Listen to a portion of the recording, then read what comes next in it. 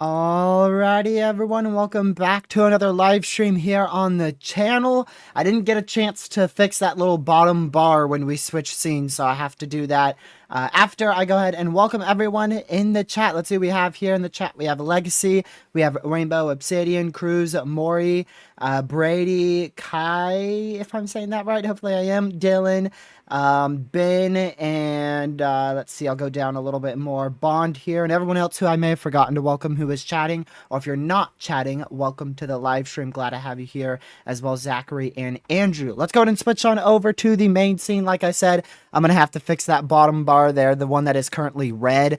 I've got to redo that entire advisory because I didn't have the time to change it. Just like literally didn't even realize that it was already 6:30 by the time I got to my computer. I was like, oh well, I'm supposed to be live like right now, so I just started up the stream right away. I'm gonna make that a bit more, yeah, kind of like that color right there. Good. I don't want it to look like a too gross of a color. So this is not 125. I believe it is 105.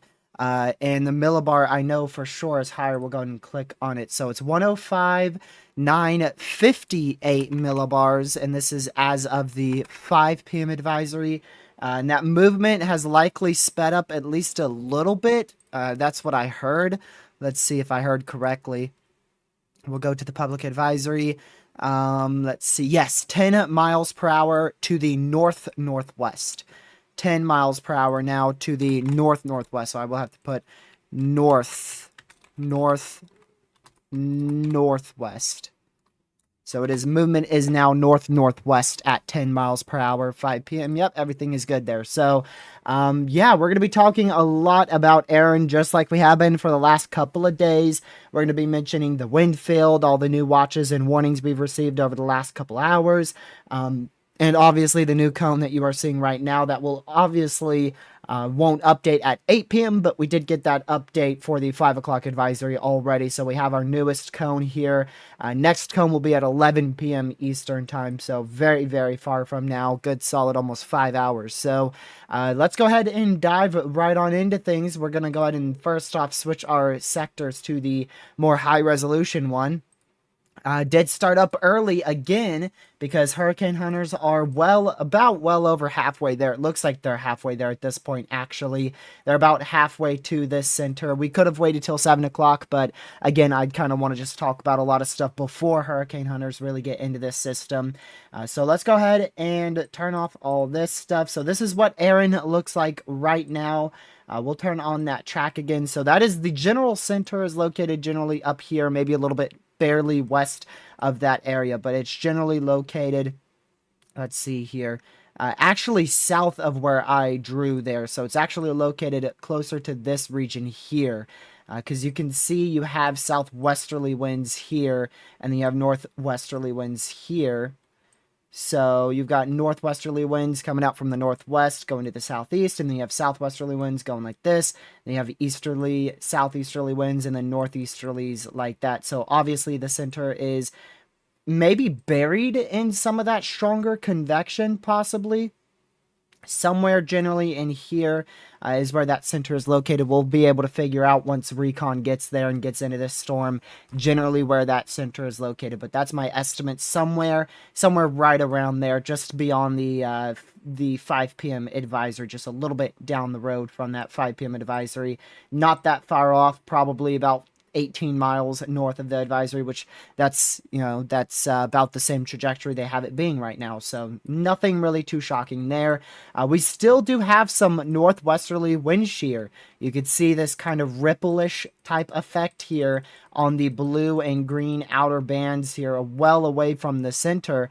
That is definitely a sign of northwesterly wind shear. Now, it is a lot calmer wind shear compared to what we saw last night. Last night's wind shear was extremely strong, to the point where this really rapidly weakened, went from that mid-tier category 4 all the way down to a low-end category 2 hurricane in the matter of about 14, I think it was about 16 hours. I'm thinking of the advisories. Yeah, about 16 hours. Went from mid-tier Cat 4 all the way down to low-end Cat 2 in about 16 hours, from yesterday late evening hours all the way to this morning. So a rapid weakening, not intensification, weakening occurred in the overnight hours and even a little bit into today. But we are starting to see some more cooler cloud tops just barely northeast of the main center. You can see some of those very, very cold cloud tops, newly formed convection there in the purple. So this is trying to intensify. It will most likely maintain about 105 mile per hour sustained wind speeds for the next generally 24 hours or so, but it will make another attempt at major hurricane status somewhere in here. We could see this regain major hurricane status parallel of Myrtle Beach or Wilmington, or even as far south as parallel of Charleston, South Carolina. So somewhere generally in, like I said, this vicinity up to this vicinity, we could see this end up going back to a major hurricane. And that's only 5 miles per hour more than the current NHC advisory for this general time frame. So looks like we are going to be seeing a high in Cat 2, low in Category 3, parallel of South Carolina and North Carolina, going into Wednesday night into Thursday morning. Now that does bring me to these flashies you see over here. So we do have a storm surge warning now in effect out there across the coastlines of North Carolina. Tropical storm warning in effect slightly more inland. Tropical storm warnings in effect under these storm surge warnings. Tropical storm watches extend all the way up to the Virginia-Maryland border, way up into well north of Myrtle Beach, including, or not Myrtle Beach, my bad, Virginia Beach, north of Virginia Beach as well. So tropical storm watches out pretty well north of where we're anticipating those tropical storm impacts. So that is just because, just in case this thing's a little bit larger than anticipated or slightly more to the west than anticipated, those watches can instantly be turned to tropical storm warnings in a moment's notice. So it's not necessarily saying you're going to see tropical storm impacts. It is more of a precaution. It's okay, we could see some shifts, and if we do see those shifts, they'll need to turn them into warnings. Now back down here towards Kitty Hawk, this is where we're expecting those tropical storm force wind speeds, potentially up to hurricane force wind gusts, all the way from down towards Beaufort, North Carolina, all the way back up there into Kitty Hawk, North Carolina. Now sustained wind speeds will be tropical storm force, but again, those wind gusts could be around 70 to 75 miles per hour at most. Virginia Beach here, so this is extreme eastern Virginia. You could see the potential for sustained wind speeds around 39 miles per hour. The wind threat has remained nearly steady from the previous assessment, which this is the 5 o'clock advisories. Those warnings were issued, or rather watches were issued, I believe, either these were out late last night or earlier this morning, one or the other. They were either, I don't know exactly when these were issued. I know these more northern ones were issued at 11 a.m., but these could have actually been last night when these were issued here. So a few trees could snap. Let's see, especially if the soils are saturated, which probably won't be. I don't expect much rainfall out here at all. A few roads may be impassable from debris. I really don't expect that to be much of the case. Maybe very isolated road closures, but I'm not expecting a whole lot out of this. Now, this is a little bit more of the concerning part, the storm surge. So towards the coastal areas, that's where we have that highest chance of those tropical storm impacts being. But they could extend a couple miles inland. They're not going to get towards Norfolk or the Chesapeake area. If you're on the immediate coastline of Virginia Beach, that's where your impacts will potentially be the worst. The more inland you are, the less those impacts will be. So it's really the main area is the immediate coastline right along the beach and right along the water. So that's going to be what we're really going to be watching for. You can see no significant rainfall forecast. So we're not expecting much rain out here. I don't think we'll see much really at all in Virginia Beach in terms of rainfall. Tornado forecast, we don't got to worry about tornadoes. So if you are in Virginia Beach, this is not including the coastline of Virginia Beach, most likely you won't see much. We could get some gusty winds of 30 to 40 miles per hour. Sustained winds may be closer to 25 miles per hour. Storm surge, obviously not going to be inland. Tornadoes, not going to be possible. Heavy rain and flooding, not going to be possible. And again, that's for the inland areas inside this tropical storm watch. Now, if you're on the coastal areas of Virginia Beach, different story. You know, we could have that beach erosion, up to 3-foot storm surge, tropical storm for sustained wind speeds upwards of 40 miles per hour, sustained winds, gusts could be up to 50 with that. And then, like I said, of course, going to see those higher waves, could see waves. Probably close to 10 to 15 feet will be possible worth of maximum wave heights out there. So that probably will cause some beach erosion along the coastal areas there in extreme southeast Virginia. Further to the north, it's the same ordeal. Coastal areas will be the worst. Inland will be generally the same impacts I mentioned there for inland Virginia Beach. And just going to keep an eye on it. Again, these may not turn to tropical storm warnings. It was the same case for the Lesser Antilles the other day. We had tropical storm warnings issued for the northern Lesser Antilles, or rather watches. Tropical storm watches were issued for the northern Lesser Antilles the other day, and they never turned to warnings because the wind field didn't expand as much as anticipated. So that could be easily the same case here for going into the border of Virginia and Maryland, as well as possibly into Virginia Beach as well. Now, I do want to pull up a map here. I want to pull up the National Hurricane Center to give you some other new information here. It is actually tropical storm watches are out. We have a tropical storm watch for the entire island of Bermuda now. Honestly, didn't expect to see that. Did not expect to see that earlier this afternoon. That was issued. I believe that was issued at 5 p.m. If I'm not mistaken, 5 p.m. That is when we got the tropical storm watch for Bermuda. So I did not anticipate that. I did not anticipate that. You could see our cone is way up here. So the center is going to be generally up here Friday morning. And those tropical storm force wind speeds may reach as far as just barely northwest of Bermuda or possibly even over the island of Bermuda. So I really did not anticipate seeing those tropical storm watches come out for the island of Bermuda, but we do indeed have them. And also another thing is if I zoom out, this is when it becomes extra tropical. So Sunday will likely be the day. That's the current day the NHC is saying for this system to become extra tropical. So the NHC will no longer issue advisories probably sometime on Sunday. Could be a bit before if weakening is more intense, or maybe a couple hours after this general 2 p.m. time frame on Sunday. But generally that is when we are going to be said and done with with Erin here on the eastern United States. So I can't wait for that day to come. Cannot wait for Sunday. That's still a long ways though. That's about 5 days from now. So zoom in here again. You can see that is your tropical storm force wind speeds there.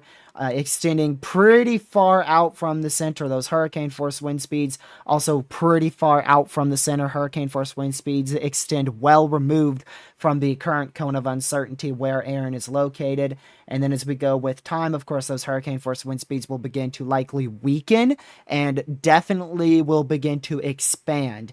Now, we'll lose those hurricane force wind speeds and it will rapidly begin to shrink again once we go towards Saturday. But all the way from now all the way until probably about Thursday, I would say Friday morning, Friday afternoon, those hurricane force wind speeds are going to continue to grow. Tropical storm force wind speeds will continue to grow. And then, like I said, cannot rule out a brief period of intensification to major hurricane status sometime either Wednesday night into Thursday afternoon. We won't rule out a brief major hurricane as this goes parallel of Wilmington, North Carolina, and parallel of Bermuda.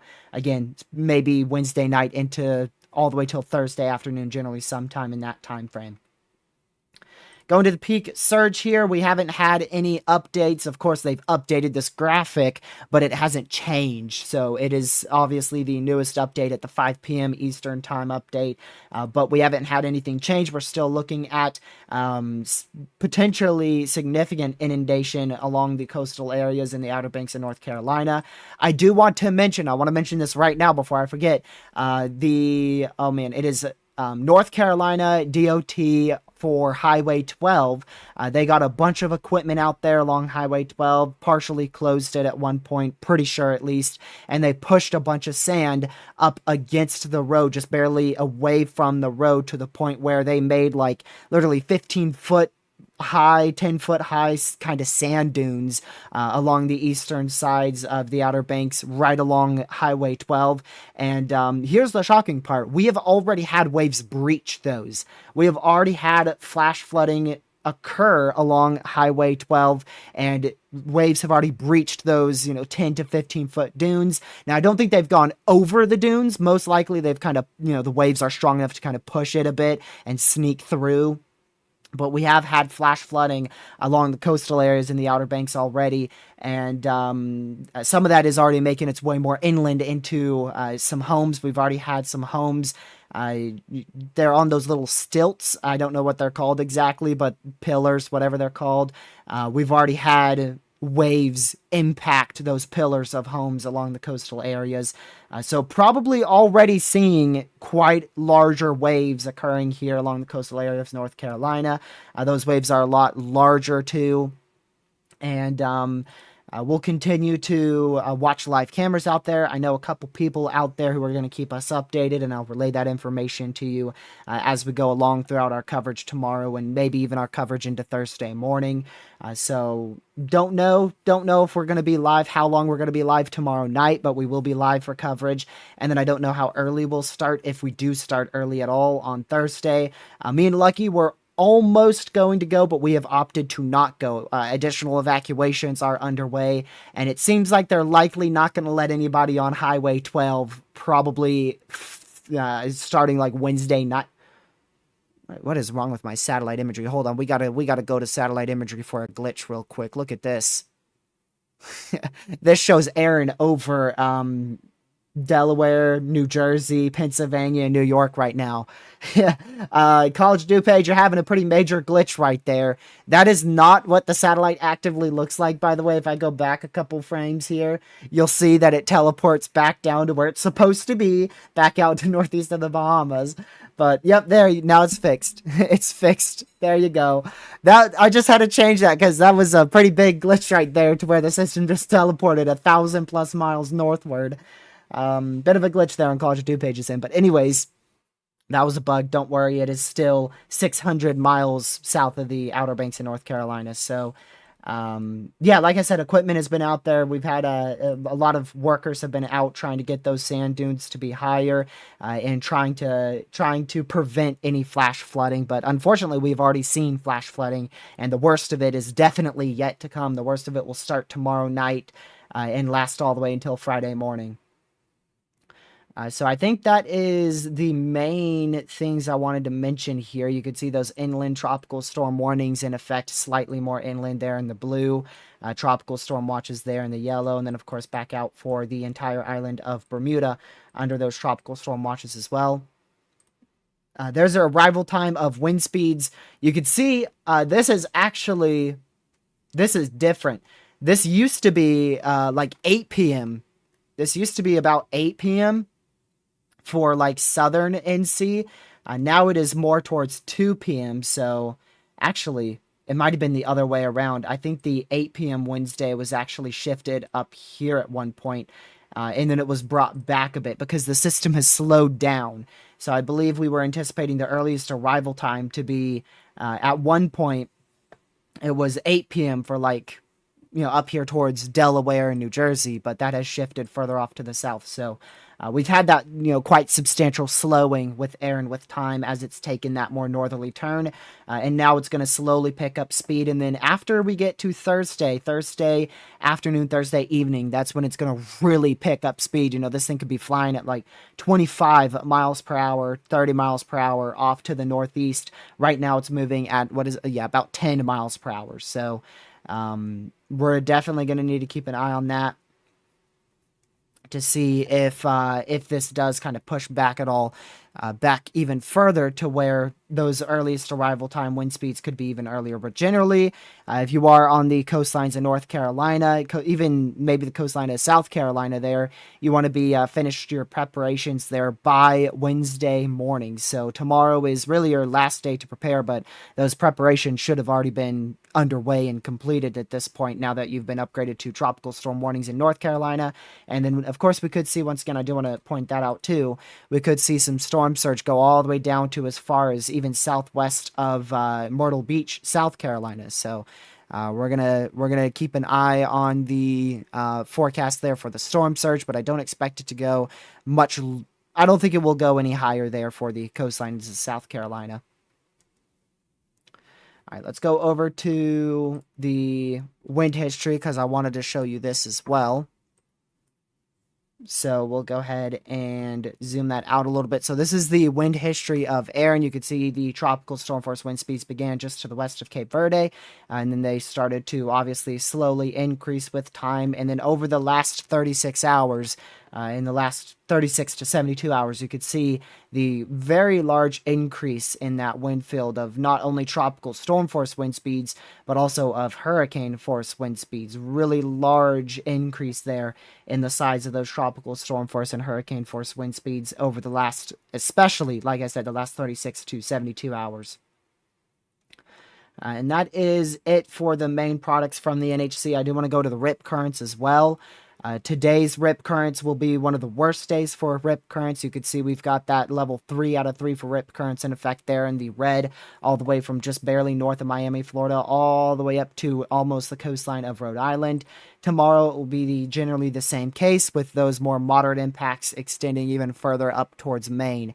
So today and tomorrow, the National Hurricane Center has advised you to stay out of the water if you are inside that 3 out of 3, all the way from Florida all the way up to Rhode Island.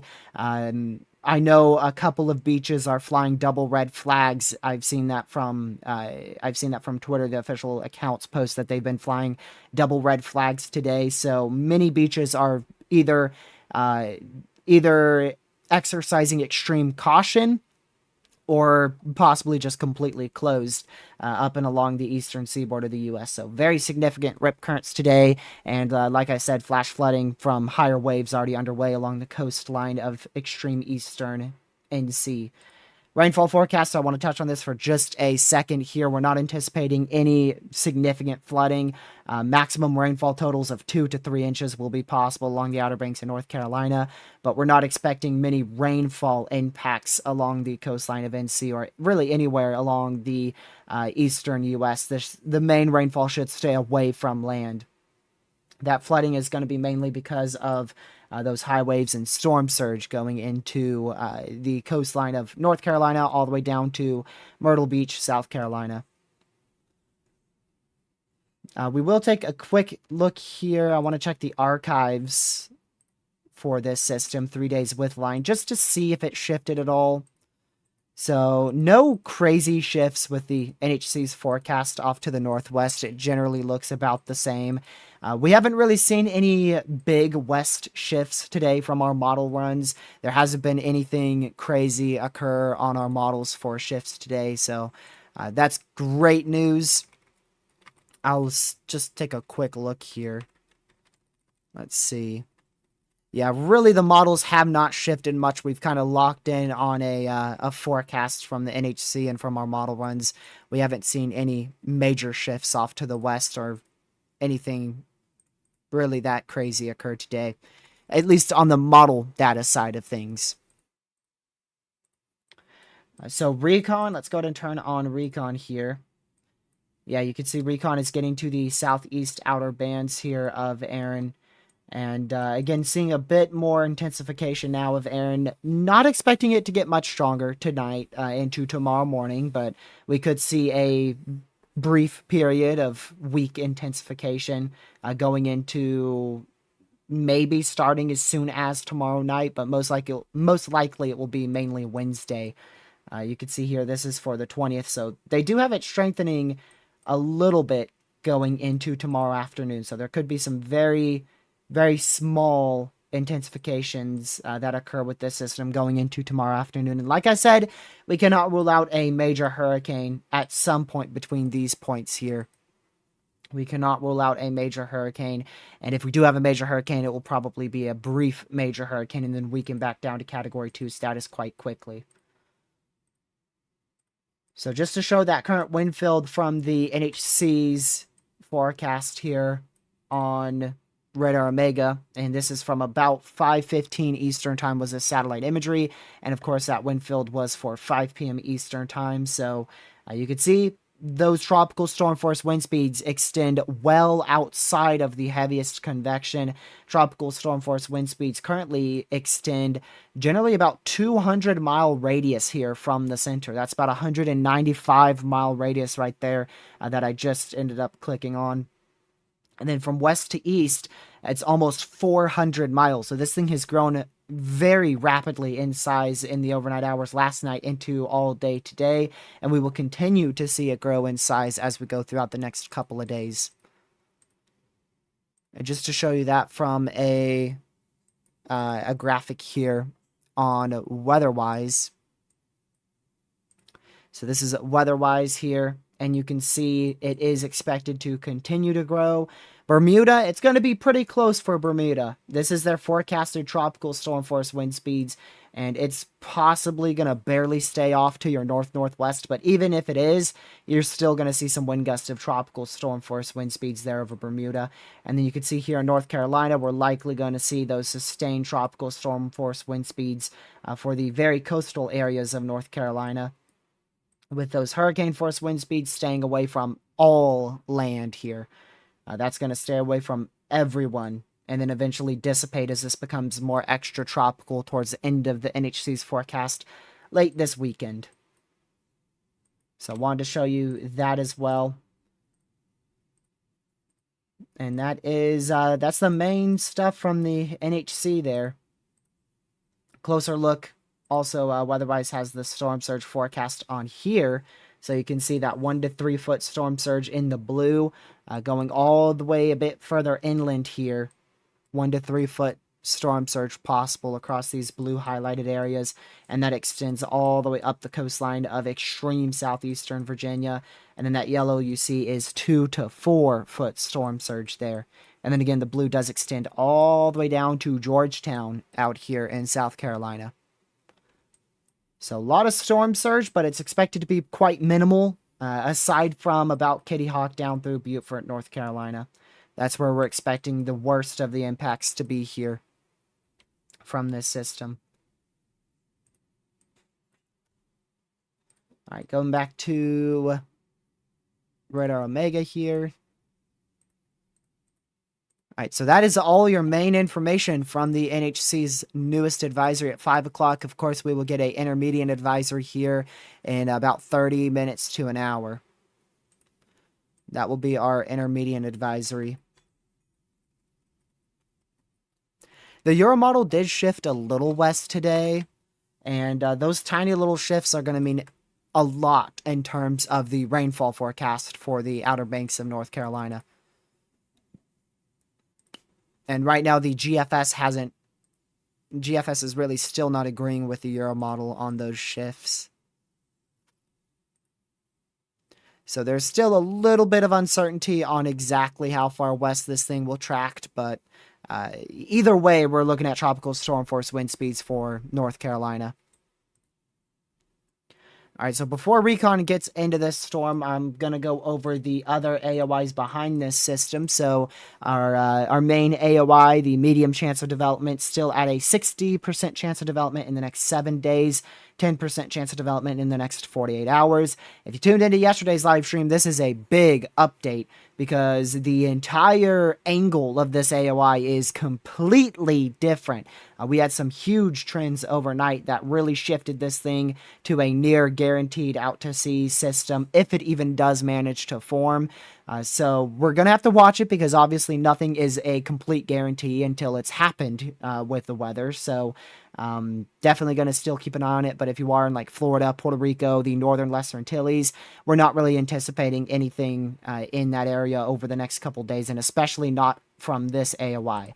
Still want to watch the Northern Lesser Antilles because you guys are inside that AOI, but I really don't think this is going to become a tropical depression until it is likely well out to sea. And even in that case, it may not become a tropical depression.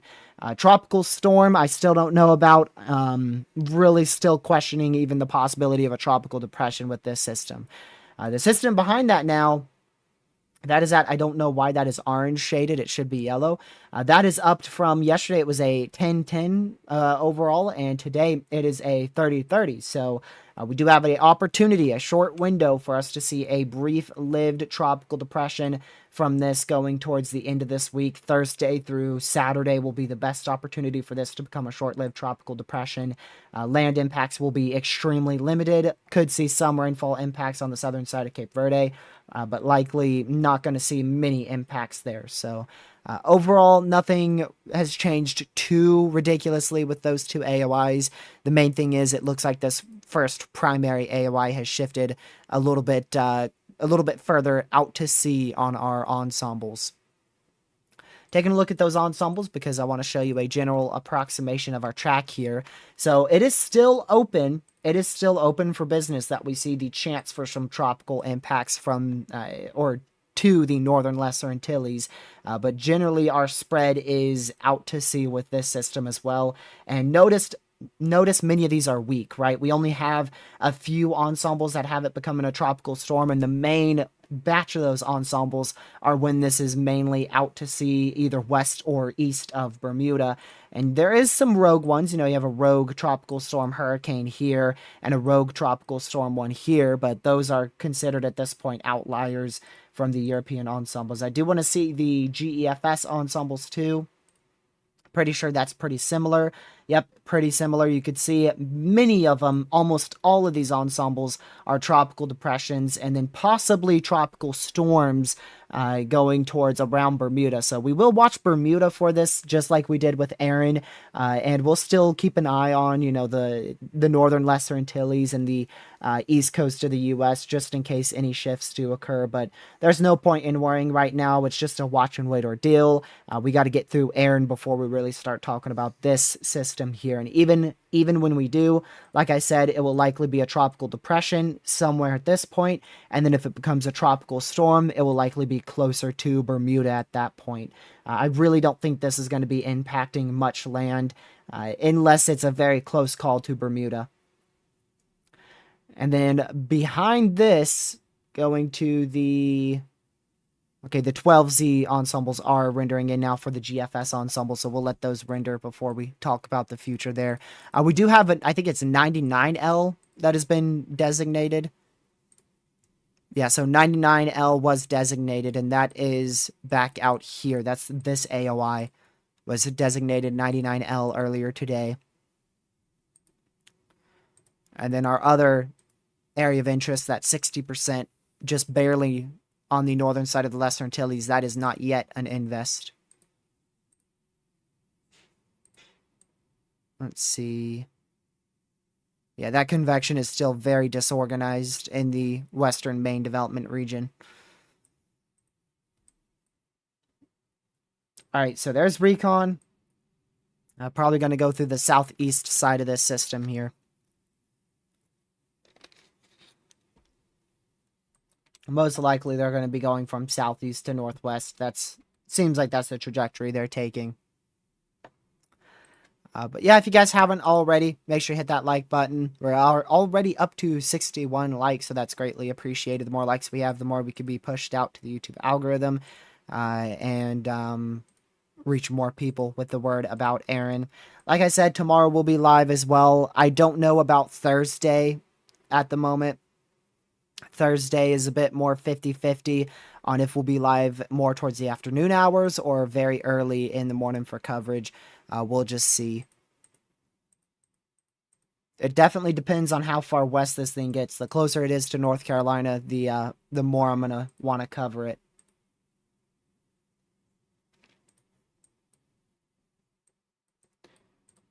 Let's see here.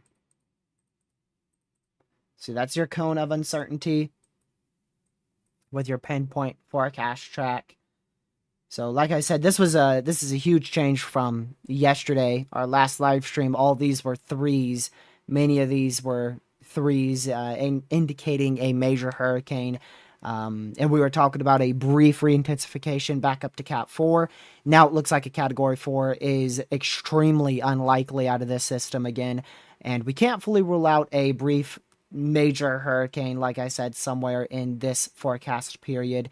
And that is between tomorrow evening, sometime between tomorrow evening, all the way till about Thursday early morning. We'll have the chance for a major hurricane to reform here out of Erin. Right now, it's 10 miles per hour shy of a Category 3, so I don't think it's there at the moment, but we'll see what recon finds. I'm going to quickly go back to our previous recon. Let's see here. So if this is back to major hurricane status, likely we're going to have wind speeds of at least flight level 105 knots. That would be the minimum for this to be considered, even considering an upgrade to major hurricane status. And I doubt we're going to be able to find those type of wind speeds on this pass. Yeah, the last pass, the entire mission earlier today could not find wind speeds over 100 knots. Throughout the entire 3-hour mission earlier this afternoon, they could not find wind speeds greater than 100 knots. And they couldn't find a millibar lower than 958.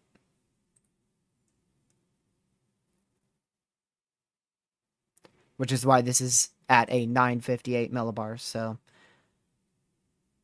no, I don't think it is Category 3, or rather Category 1, Sam. I don't think it's Cat 3 or Cat 1. I do think it is still Category 2. It might be a little bit closer to Cat 3 than Category 1 at this point. It might be close to 110, so let me go see real quick. Give me a moment. I'm going to do a conversion.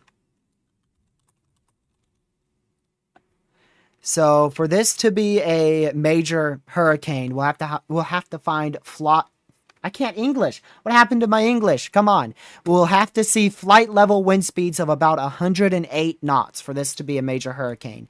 And in order for it to be a 110 mile per hour Category 2, we're going to have to see 105 knot flight level wind speeds.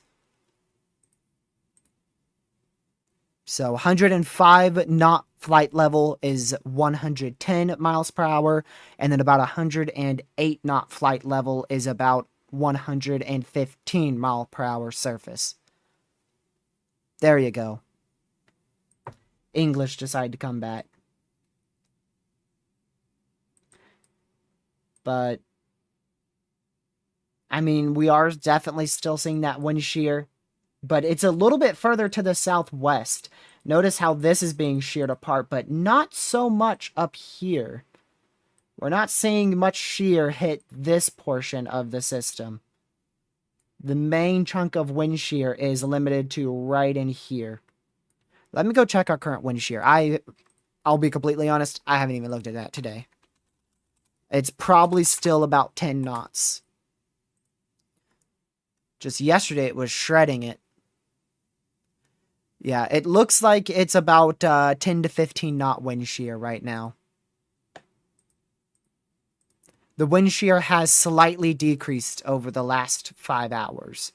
It has decreased a little bit, which is probably why we've seen this big burst of cooler cloud tops and stronger convection fire up.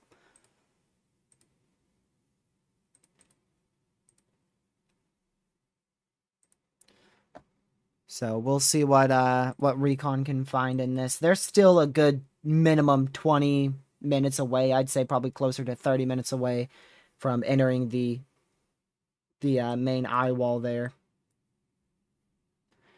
So yeah, again, those are your storm surge warnings in red. So that's where we are anticipating storm surge up to 4 feet over the next 36 hours. So potentially significant inundation will be possible along the very coastal areas, not only because of storm surge, but also because of those wave heights potentially being a max 25, possibly even could see up to 30-foot waves here along the Outer Banks. And we'll probably see quite a few road closures. I think Highway 12 is going to be the main road closure we have to look out for here. It looks like this area is probably the most likely area for those closures, because this is where I saw those sand dunes. The crews out here were increasing the height of the sand dunes and adding sand just off the road. So that's probably where we're going to see a pretty good road closure. And you can see there's Hatteras Island right there, right in the middle. So probably going to see this entire portion shut down, at least that entire portion of the Outer Banks shut down. Not sure how many people were ordered to evacuate, but like these are decently populated regions. Decently populated areas there. Yeah, Highway 12 is probably going to be pretty well washed out.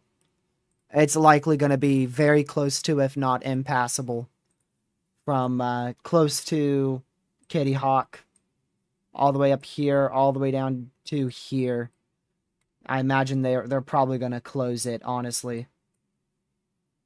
They'll try to keep much of it open the best they can, but most likely they're going to have to try to... Either it's going to be shut down from the impacts, or they're going to close it a bit early sometime Wednesday. I don't think they'll close it tomorrow. We'll see what it looks like tomorrow. Well, tomorrow is Wednesday.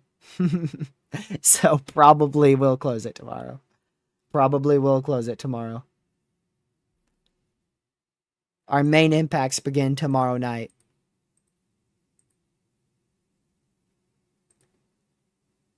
Let's see. Yeah, that big convection explosion we saw earlier today, that has really saved the system. It honestly, if that did not happen earlier today, it probably would have gotten down to Cat 1 today. Because let me show you, I'm going to give you a zoomed in view of this thing just barely before that explosion of convection. And you'll see it, you'll be like, yeah, that probably was very close to Cat 1 status. Alright, so this is just barely before that convection exploded. And that was all that was left of Erin this morning. That's it. The entire northwest portion of the system was completely gone. And then you had all this raggedy, very weak convection from the northeast side to the southwest side. And really the only thing with decent wind speeds was this core right in here. That was really it. And the Category 2 force wind speeds, if there even was Cat 2 at this point, I mean, those would be limited to this very small section. So, earlier this morning, it was gone. I woke up and I saw this image. I'm like, we sure this is even a hurricane at this point? Like, this thing is being sheared to death. And then that explosion happened. Watch. Boom. And it just saved it completely. And there you go. Literally brought it a second life. I mean, if that didn't happen, this thing would probably be Cat 1 at this point. So you could see Category 4 140 at this point yesterday. And then we looked for that eye to poke out. This is when we were live yesterday talking about the eye trying to poke out. And then here as well, that was poking out. You could see that little lack of convection we were talking about an eye last night. This was about 9 o'clock Eastern. And then we were still live at right about here is where we began to end our live stream, which that is when we saw a pretty good amount of convection. And I thought, hey, that might save it into the overnight hours. But then wind shear just took a big chunk out of it right after that. And this morning, like I said, this morning it looked really bad. And then finally in the afternoon, that convection really saved it. And you could see our wind shear, because of that, really didn't affect it much this afternoon. And now we are starting to see a little bit of wind shear affect the southwest quadrant of the system right in here. Starting to see a little bit of wind shear impact that portion of Erin.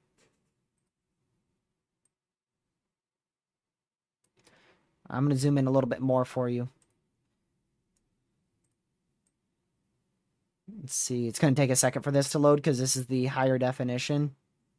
I mean, you could see it was really bad wind shear because your lower level clouds were spinning much faster than your mid-level clouds. So most likely that wind shear completely ruined its vertical stack. So it was probably not a very well stacked low pressure at that point. And then all because of this convection, now it's really begun to pick up steam again. And you can see another plume of pretty strong convection firing right there at this moment in time. So if we just keep seeing those cooler cloud tops and the grays and pinks fire here and just circulate around the north side of the eye, that's going to help protect it from wind shear and help this system at least continue to maintain Category 2 status. I don't know if it's going to be able to get to Cat 3 like this. It's probably going to have to get out of that wind shear a bit more.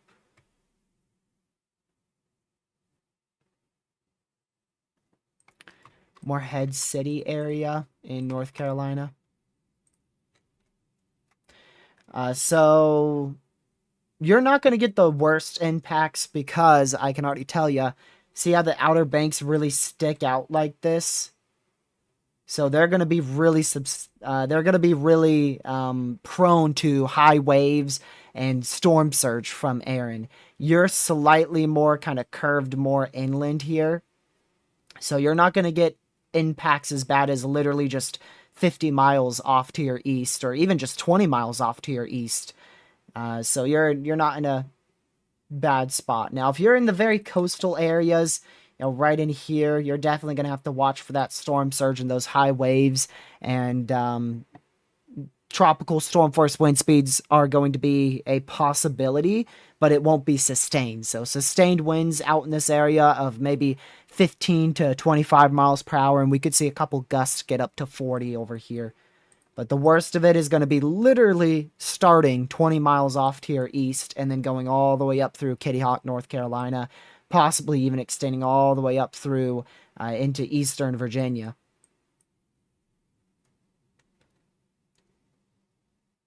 So you're not going to get the worst, that's for sure. And rainfall, I'm expecting to be pretty limited. So the main areas you want to watch is going to be if you're on the very coastal areas, like I said, Emerald Isle here, Atlantic Beach. That's where you're really going to want to watch. Because that could end up being, beaches could see quite a bit of inundation.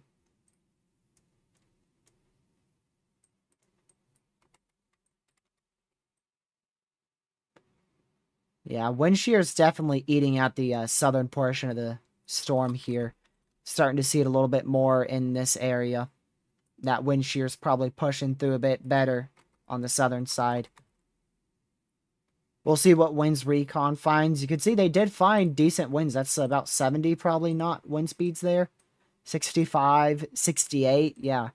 68 wind speeds right there. 68 knots. So that's about equivalent to 55, I don't know, probably closer to 60, 65 mile per hour winds there. Yeah. Closer to 60, 65 mile an hour sustained winds right there. And that's in the heavier convection.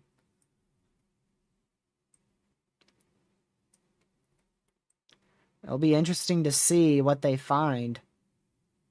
I don't think they're going to go through the strongest portion of this storm. They're moving like this, so they're probably going to avoid the absolute strongest portion. If we do have any sorts of major hurricane force wind speeds or wind speeds greater than what the NHC says, it's probably going to be in that new burst of convection.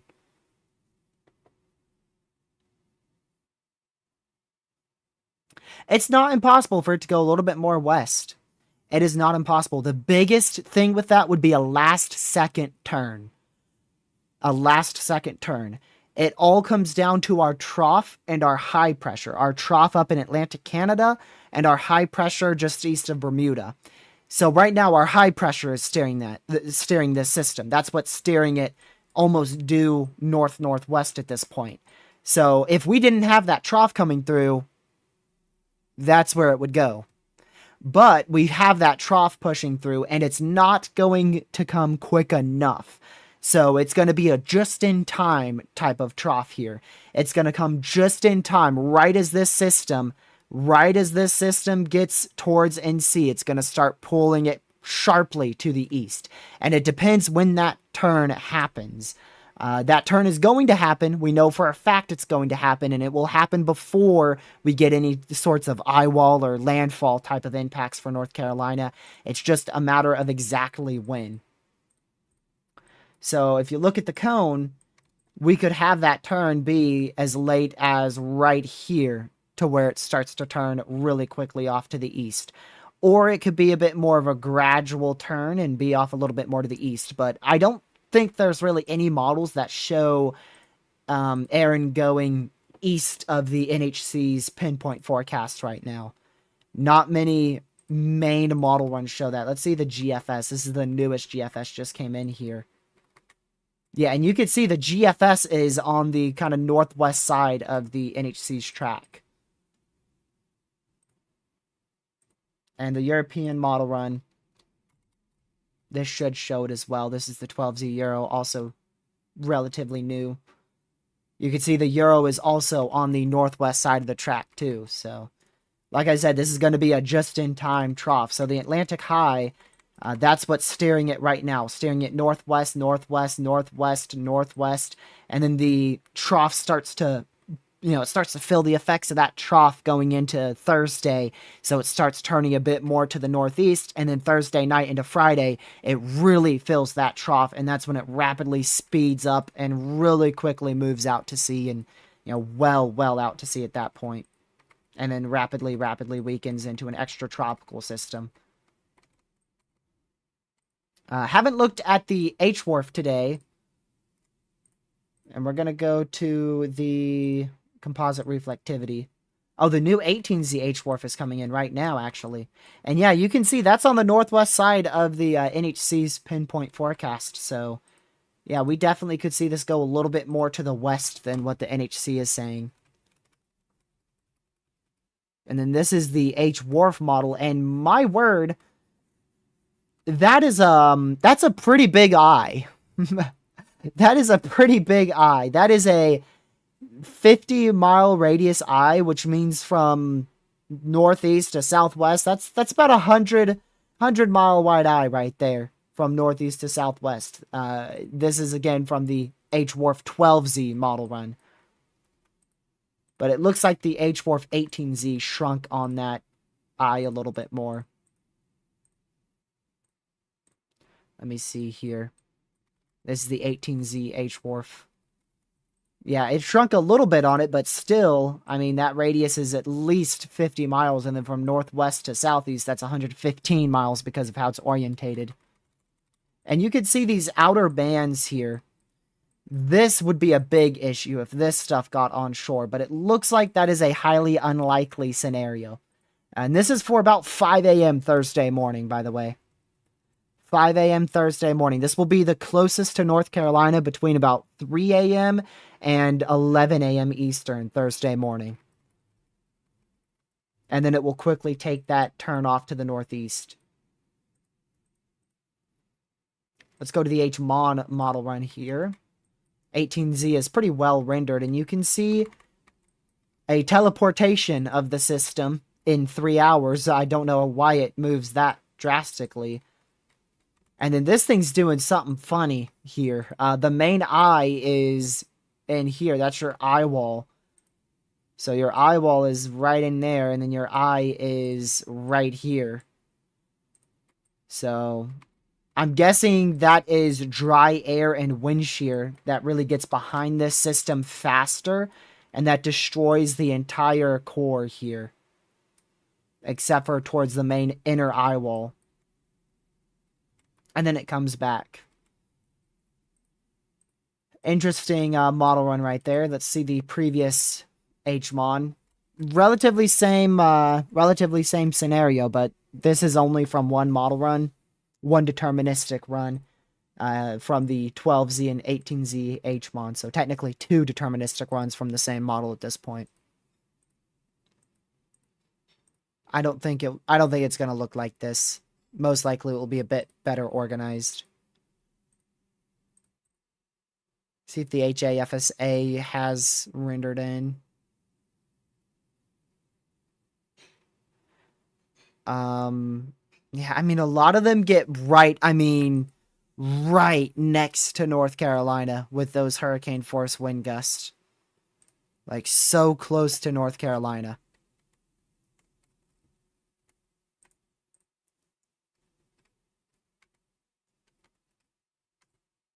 Yeah, the European model run does have hurricane force wind gust, it looks like, for Cape Hatteras.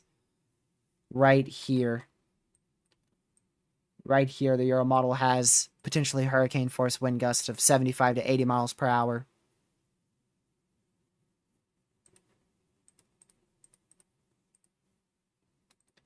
Alright, Recon, where are you at here? Oh, they're getting into this system right now. Let's go back to satellite here. They're still on the southeast side. I'm pretty surprised they're finding 70 knot flight level wind speeds right there. I mean, that's not bad. That's category 1 for force hurricane wind speeds. Well removed from the main convection. And you can see here, that is where the NHC has their hurricane force wind gusts starting. Or hurricane force wind speeds, 74 plus. And this is 70 knots. 70 knots goes to, what is that, like maybe like 78 miles per hour.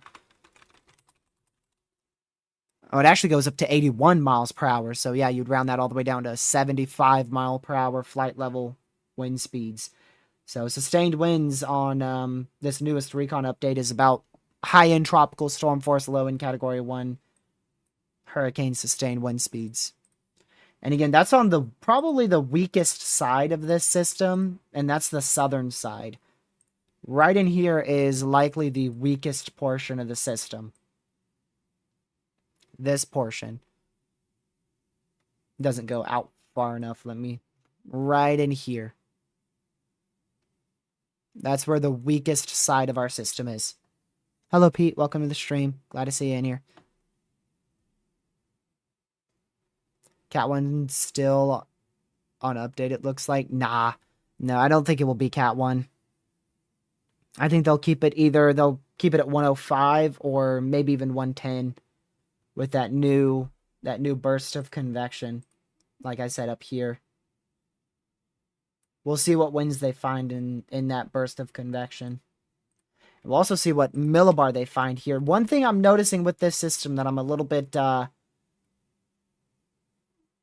skeptical on at this point now is it looks like there may be wind shear. Maybe wind shear starting to get in here towards the southeast side of the core of this storm. Like I said, your low pressure, I mean, your low is very close to that wind shear. Low is probably somewhere in here. And there's recon. They're going to go right towards that low pressure. See if they can find the centralized millibar.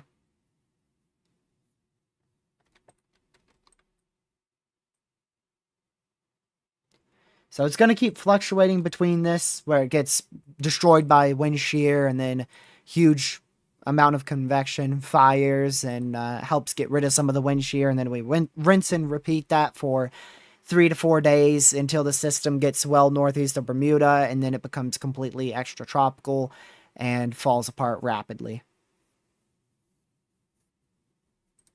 And that will likely be Friday or Saturday. Probably Saturday.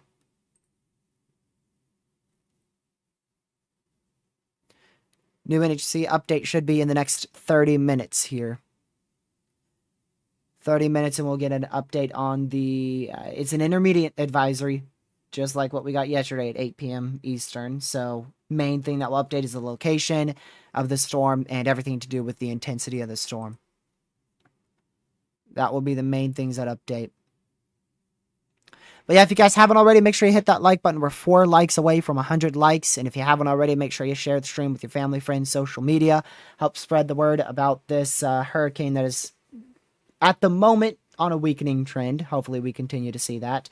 And also consider hitting that subscribe button with the notification bell set to all so you know when I go live or upload a video. And like I said, I will be live again tomorrow. No, Lucky's not going to come on today. Nope. Rainbow Obsidian is not spamming.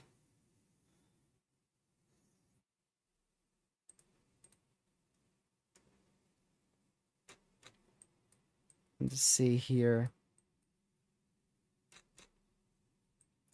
Let's find what our next recon update will be. Recon update... Oh, I'm on the wrong mission. That's what it is. Should be in about 3 minutes. Should be in about 3 minutes when we get this recon update.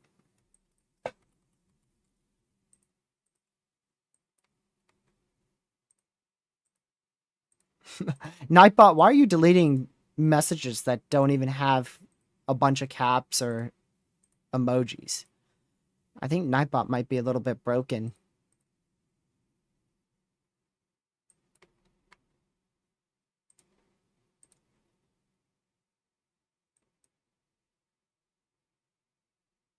There we go.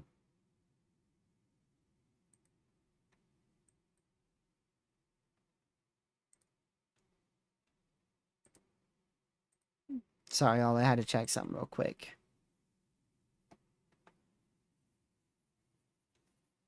So we're waiting to see the newest recon update.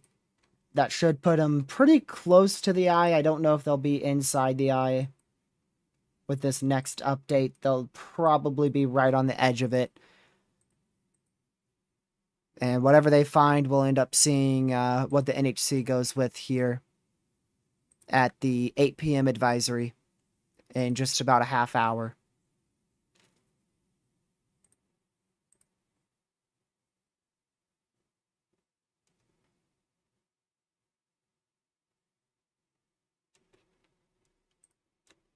Okay.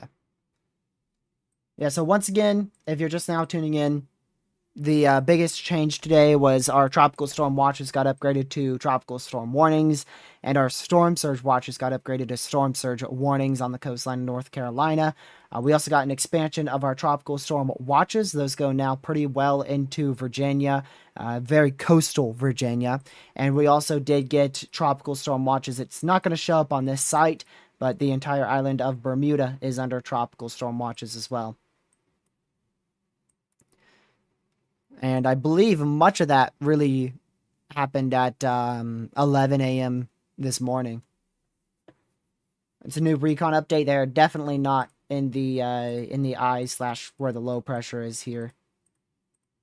Yeah, they're still finding right around low-end hurricane force wind speeds. High-end tropical storm force wind speeds, low-end hurricane force wind speeds here. But wind shear is definitely doing quite the number on the southeast side of this system. Definitely doing quite the number just south of the core. And like I said, if that wind shear can get into the core, that's when this thing's going to look just like it did earlier this morning, where it looks like it's pretty much a tropical storm at that point.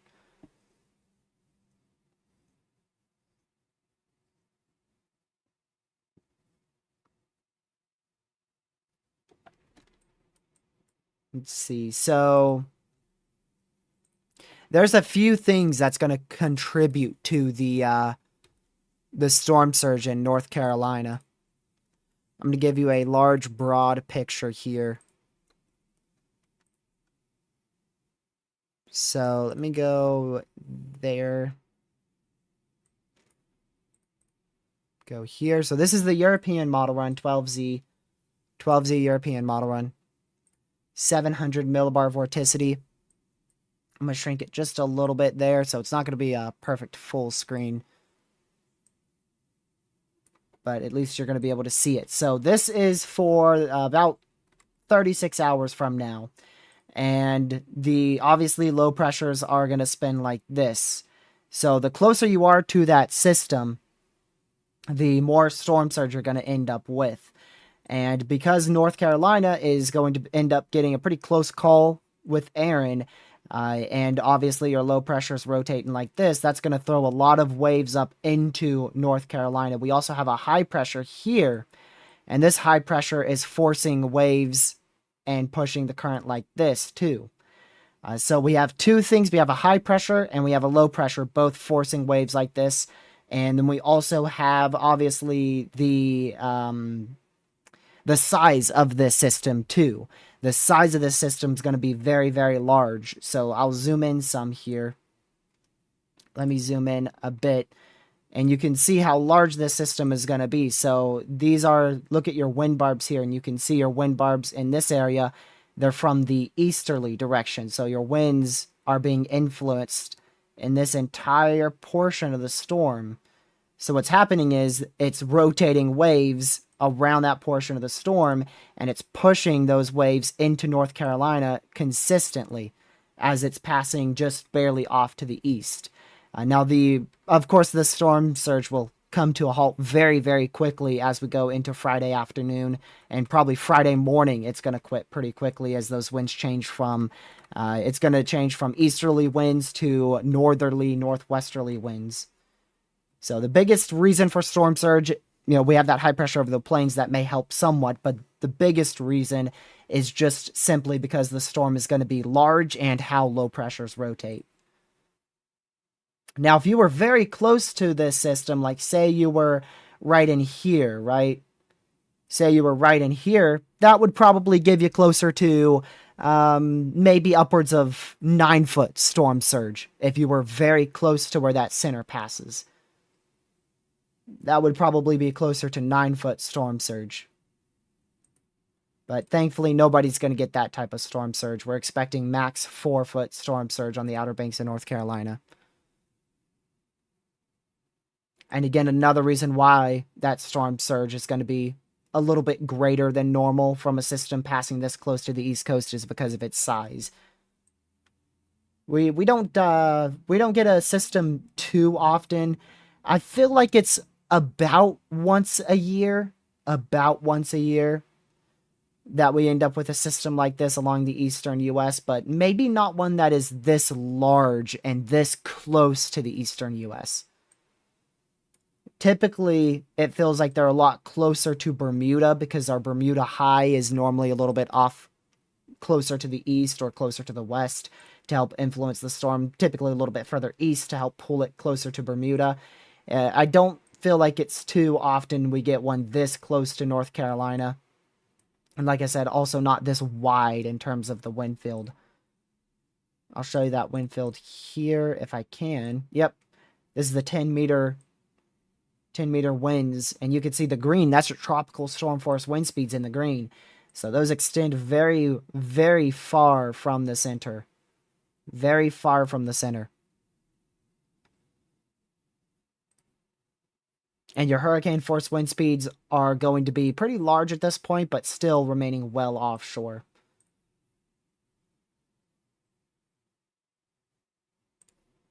And I'll pull this back over here.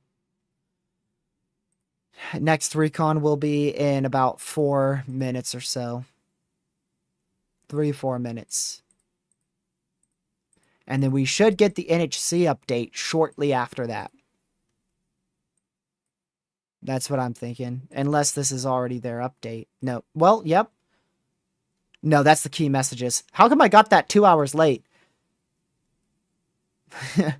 I just got the notification for the key messages from the NHC at 5 p.m. Yeah, so no new NHC update. That will be in the next about 20 minutes here. So recon goes through this storm here in the next 5 minutes, and then NHC update shortly after that.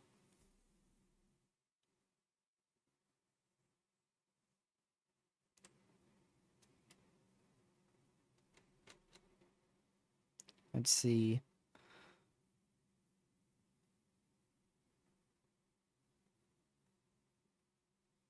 Yeah, Chronicle is someone we call not weather aware. If you are in the coastline of North Carolina in the Outer Banks, there's a pretty good chance you've been told to evacuate, especially if you are around the Cape Hatteras area.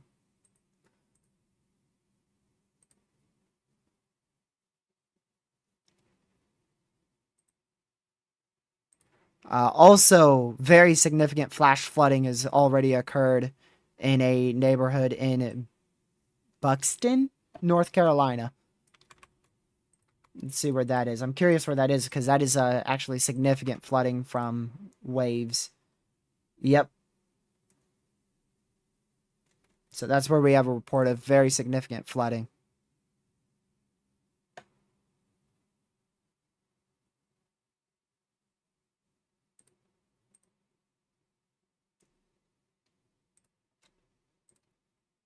I mean, that's like a good, I'd say that's probably about 2 feet of standing water. It might be a bit higher, but 2 feet is what I can tell. I mean, an entire path is completely flooded. An entire walkway going to the beach and an entire street. So I'd say that's probably a good 2 feet of standing water there.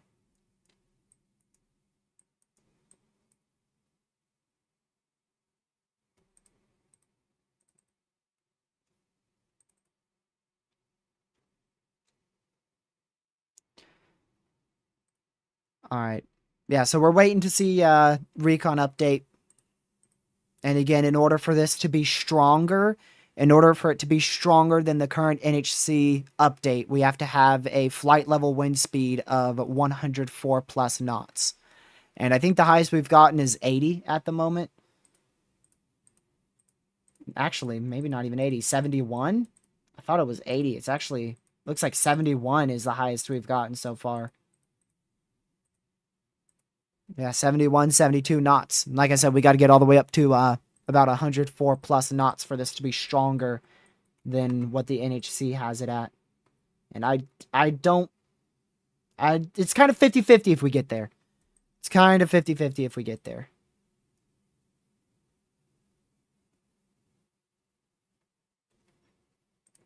If they turn to the northeast like this, I think we might be able to find wind speeds close to 104 knots. If they don't turn northeast, I'm not too sure if they're going to be able to find that type of wind speeds in the northwest eye wall.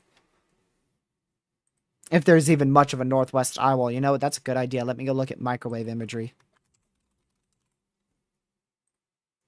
Give me a moment. I'm going to go check the current microwave imagery.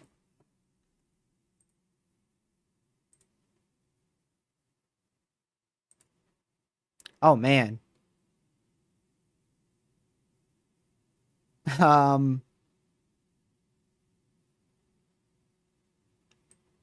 Yeah, this hasn't updated in a long time on my end. But the last time it updated, we actually did have a decent inner eye wall.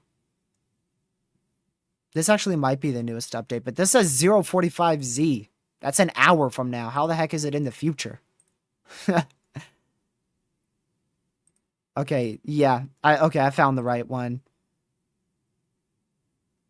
So it actually does have an okay inner eye. It doesn't have a terrible inner northeast eye wall, but everything else is pretty much falling apart. There's not much left of the northwest eye wall, the west eye wall, the southwest eye wall itself falling apart.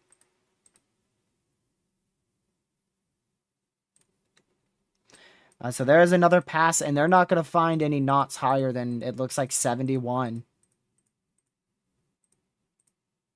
Yep, so nothing higher than 71 in the southeast eye wall. So that's equivalent to a very low end Category 1 hurricane. So what are they going to do? Are they going to see if they can find higher wind speeds here? Or are they going to stay and look for that low pressure somewhere generally in here? I don't know where that low is. I can just tell you it's somewhere in here because I can tell this convection is moving from the southeast to the northwest corner of the system. You can see it's turning right there. So I know the center is somewhere in here. Wish I could see what millibar they found because that would give me an idea, but right now knots are 35. That's 35 knots. That will probably be, typically that's below 10 knots flight level wind speeds when they're in the eye.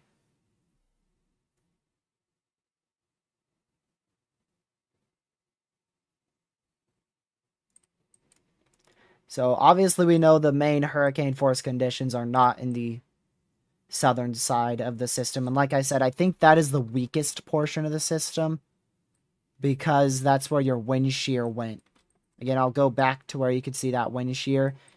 You see the wind shear was tearing apart this portion of the system, so that means it's coming from the northwest and going in like this. And then if I zoom in a bit, you can see these cooler cloud tops become warmer cloud tops, indicating weakening over the last hour or so.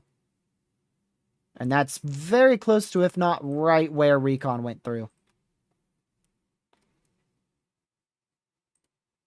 I think it may intensify a bit, but we're not seeing this get back to Category 4 status.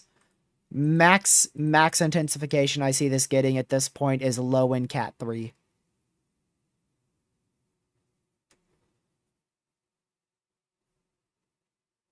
I think low in Category 3 is about the max this thing can get to. And that will likely be sometime between tomorrow night and sometime on Thursday.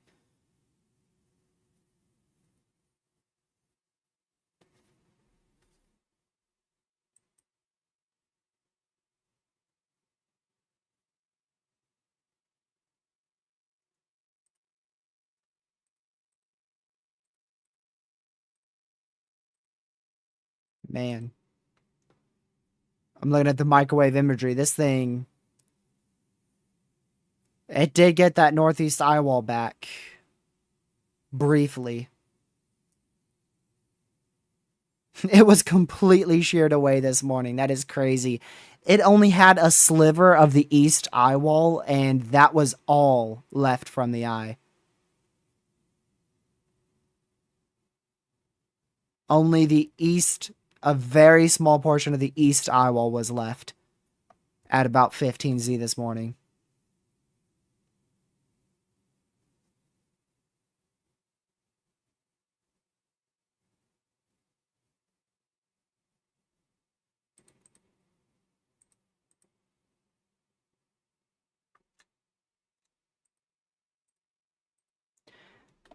So we didn't get any millibar reading on recon there, so I find that a bit weird, but that's been the case for the last couple passes, oddly enough.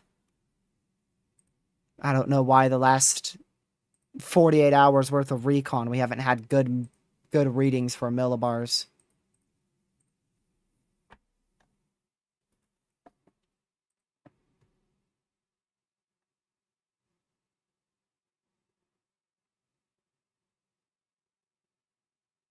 Let's see.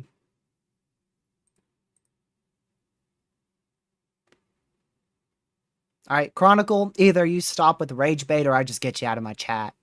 It's just one or the other. You ain't got a third option. You either quit with rage baiting or you get banned.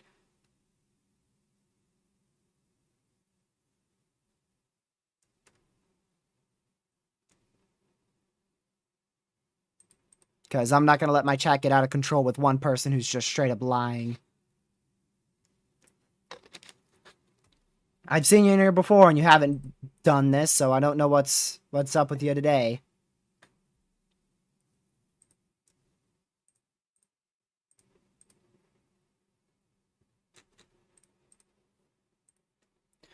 Next recon update here will be in about 4 more minutes, and they will be either, like I said, they'll either be in the northeast side of the eye wall at that point, or they will be in the center low pressure.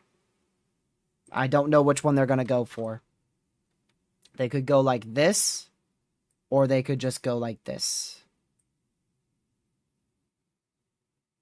And if they take that northeastern trajectory, they're going to find higher wind speeds. If they go with that more northwesterly trajectory, they're probably going to find maybe a bit lower millibar, but still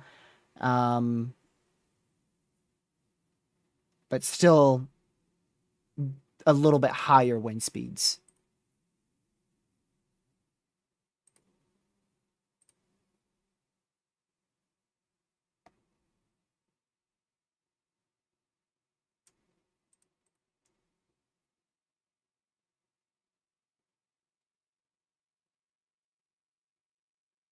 Yeah. Probably best to just get rid of them. Legacy, honestly, since they're just completely rage baiting.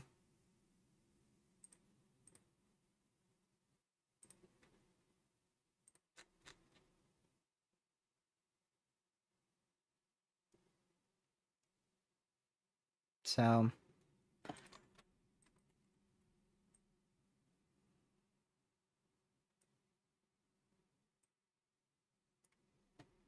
I wonder, yeah, the NHC is holding off here.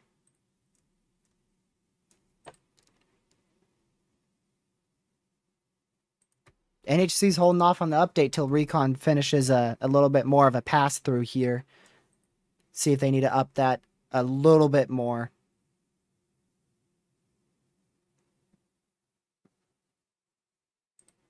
I don't think they're going to, honestly. They're probably going to keep it the same because I think the wind speeds are still about 100, 105 in the northeast eye wall. The millibar is probably still pretty close to what they have it at. I don't expect much of an update from the NHC. But again, it's not. I don't want you to pay too closely to the intensification of this system. It's the size of the storm that we're really going to need to watch over the next couple days. Really, all day tomorrow. We'll need to see how large this system can get within the next 24 hours. Not necessarily the strength. The strength still will matter. It's just the size is going to matter a lot more due to the system remaining offshore.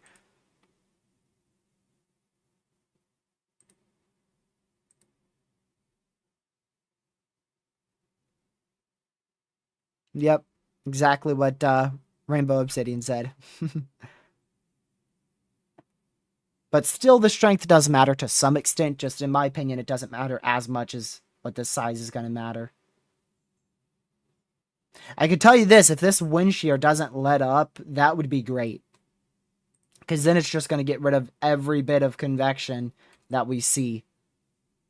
And obviously it's going to be much of the west, much of the, from about the north side of the system all the way down to the southwest side of the system. That's going to be what ends up hitting North Carolina. But obviously, tropical systems rotate, so these bands here that are on the east side eventually will start to come around towards the northwest side, and et cetera, with each direction. But if they keep, if they keep moving around the system, then hopefully they just get sheared off over here. Yep, it's still being hit by wind shear. So that's where your center is. Those white millibars right there, that's your center. So your center is covered by convection right now. Those two white millibars you see in the middle, which we don't have a reading on the actual millibar though. But that is where your center is located.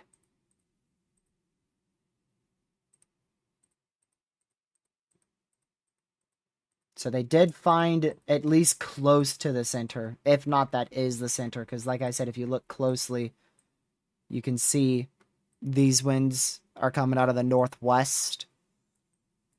These are coming obviously from the southeast. And then you can clearly tell these are coming from the east-northeast. So just narrowing it down with winds, it's definitely in this area. And then it's closest to the strongest convection. Erin's decently... It's not very weak, but it is on a weakening trend still because of wind shear. It's still a hurricane. It is still a hurricane. It's not weak, but it is still weakening, at least from what I can tell. Weakening or maintaining, one or the other. It should strengthen a little bit further tomorrow afternoon into tomorrow evening.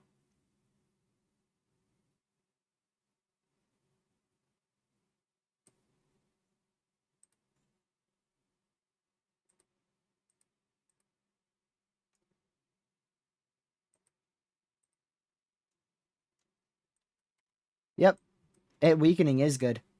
That's indeed good.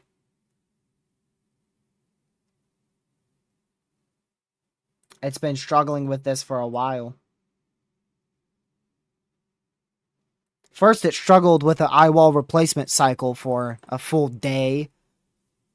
And then right after it slightly, at least regained its eye, it started struggling with wind shear. And it's been struggling with that ever since, the last 30-some hours at this point.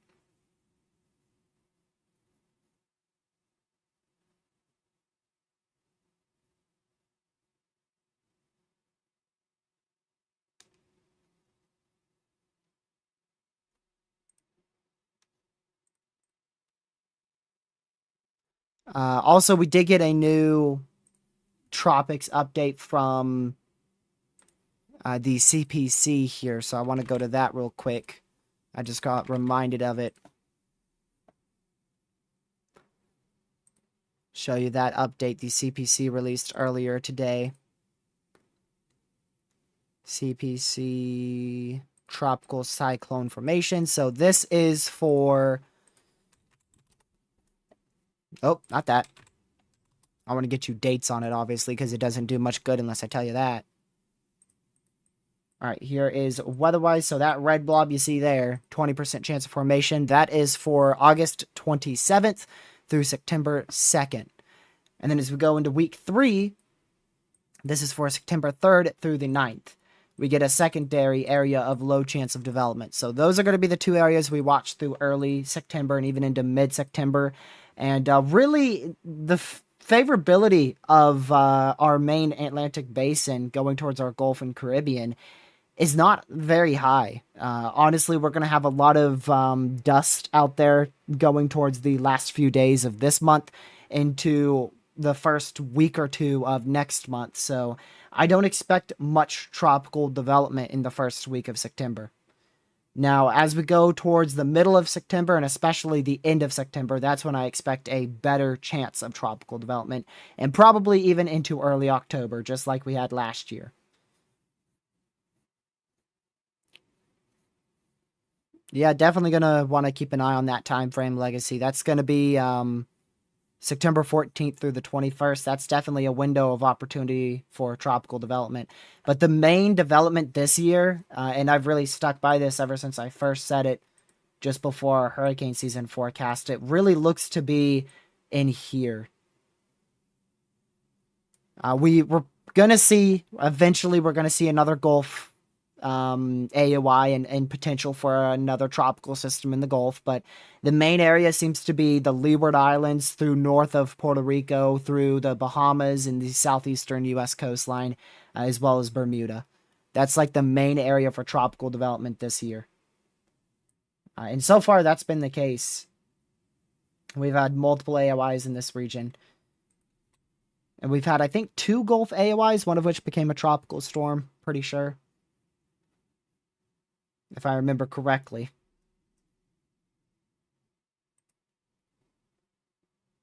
I'll keep an eye on it, Legacy. And I know you will too. Yep, there is the NHC update, like I said, shortly after that Hurricane Hunter update we got. Now let's see if they changed the intensity. Nope. Millibar is up by 1. That is the only difference. The millibar is up from 958 to 959. 1 millibar change. That is the only difference at the newest NHC update. Still 105 Cat 2. Moving to the north-northwest at 10 miles per hour. And again, millibar is up by a singular millibar. Which I agree with that update. Like I said, I really didn't think they'd increase it or decrease it unless Recon found something more substantial for change.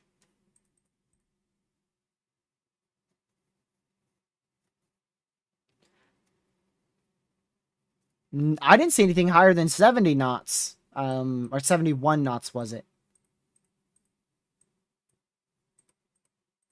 I'm pretty sure 71 knots was the maximum knots I saw. Actually, I could go to a different site, because a different site just collects the max knots. Apparently 74 knots. And that might have been with thunderstorms back here. I'm looking for anything further back here because it says 23, 40, about 23, actually 30 Z. So 30 minutes ago. It would be outside of that. Yeah, back here. Back here, generally. Yep, 72 knots. Apparently there was 74 knots somewhere in this area. Well removed from the eye or the eye wall. Why bother updating it at that point? Because they have to. That's their set advisory time.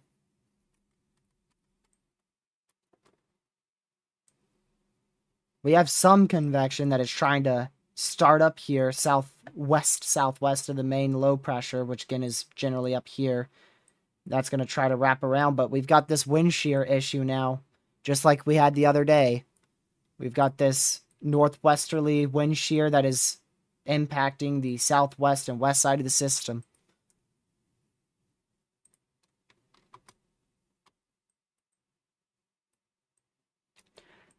Sam, I can tell you this, it's pretty difficult.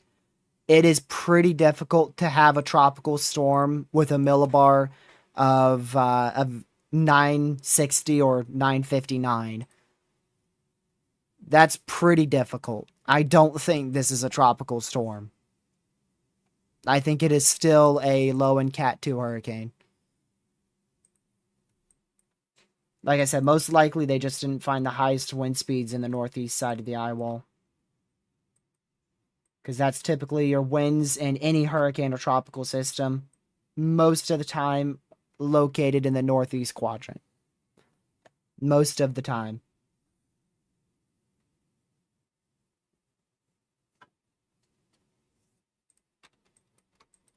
Oh, for sure, Braden. For sure.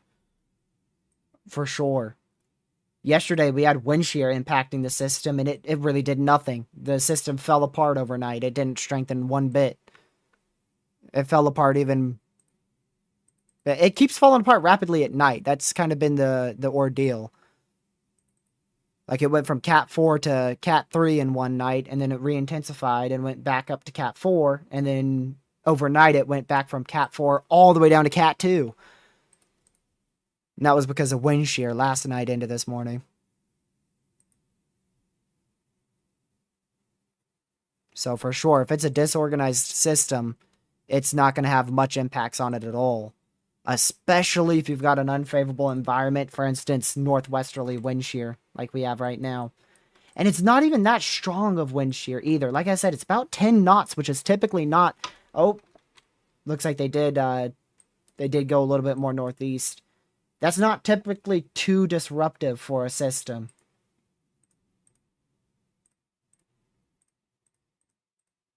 $73 knots, 74. So that's about tied or maybe a little bit higher than our last reading. I'll see what it updates on this site as. 77 maximum flight level wind speeds. And I still don't think that's where the strongest winds are, because again, that's probably that's the northwest quadrant. If you separate it into quadrants here, generally like this, clearly that's the northwest quadrant and the northeast quadrant's up here. So this is where your strongest wind speeds likely is located with this convection. And your second strongest is probably the northwest side, because that's also where your coldest cloud tops are.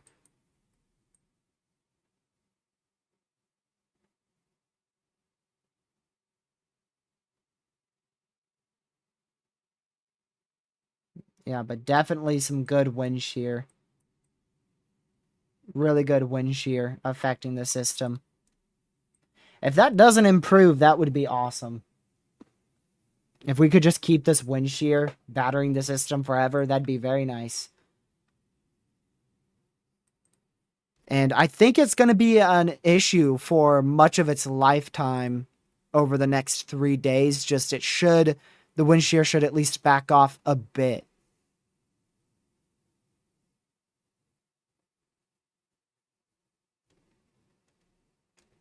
It should back off at least a little bit.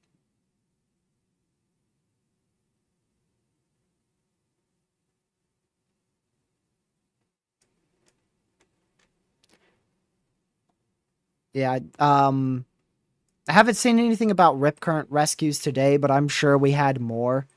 I could try to find it.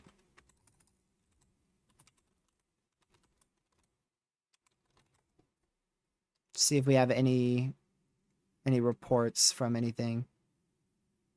I know yesterday it got almost up to 90 across the eastern US. Almost 90 overall. And I'm sure there's been some more today. Yeah, I can't find any info on it right now.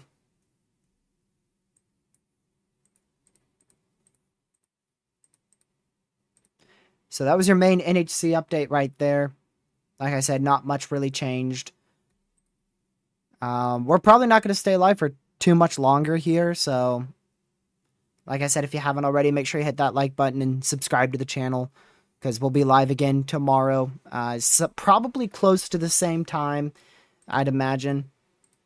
We don't plan to go to the Outer Banks, because it's likely going to be just a little bit too dangerous for us.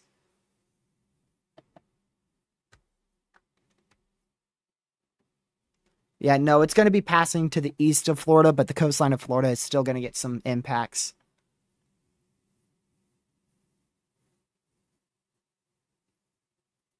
So if y'all have any questions, we're not going to wrap up now, but we still have a good amount of time left. But if you have any questions, go ahead and put them in chat. I'll try to answer them, because there's not really much more for me to talk about. I went over the main forecast, and it's not going to change for a while. And really, I don't think Recon's going to find anything groundbreaking anytime soon, so I don't plan to stream a full Recon flight like we did over the last couple days.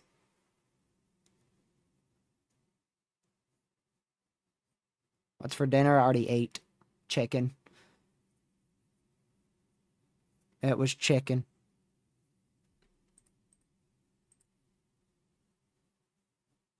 I don't expect to see much change in the updates until overnight.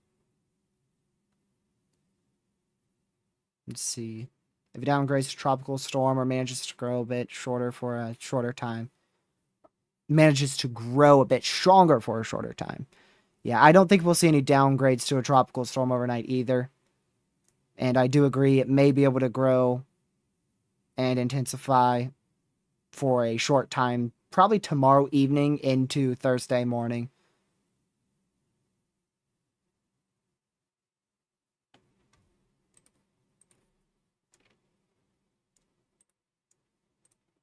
I don't have any reports of a tornado in Arkansas today. When will the severe weather fully calm down? I know a lot of people lost power today in Arkansas and Texas, but severe weather's calming down right now.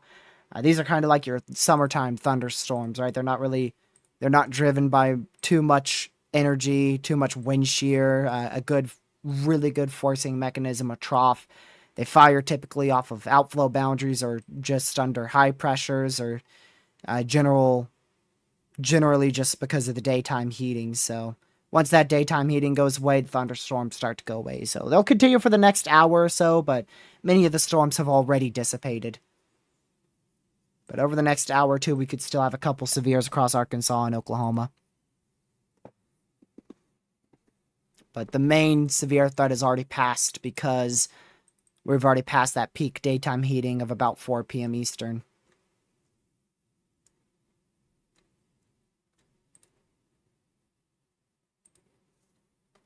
Are you sure it was a tornado? I don't know if it was. I haven't gotten a report of it. I feel like we would have gotten a report of it if it was on a traffic cam, because typically that thing's relayed to the NWS fairly quickly.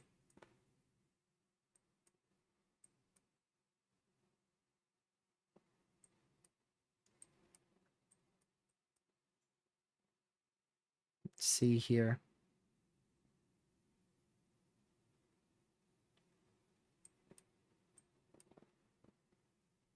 Yeah.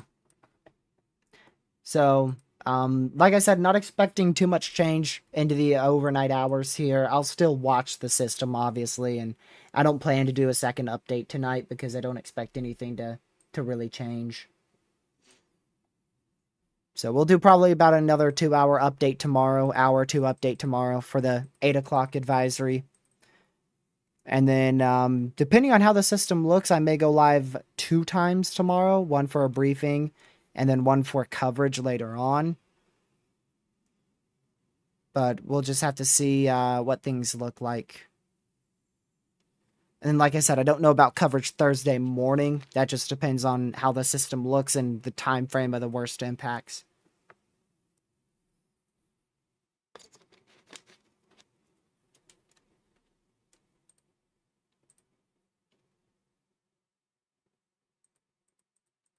But I know we have cameras out there, and like I said, I know a couple people out in the Outer Banks who are going to frequently be given updates as the system rolls through.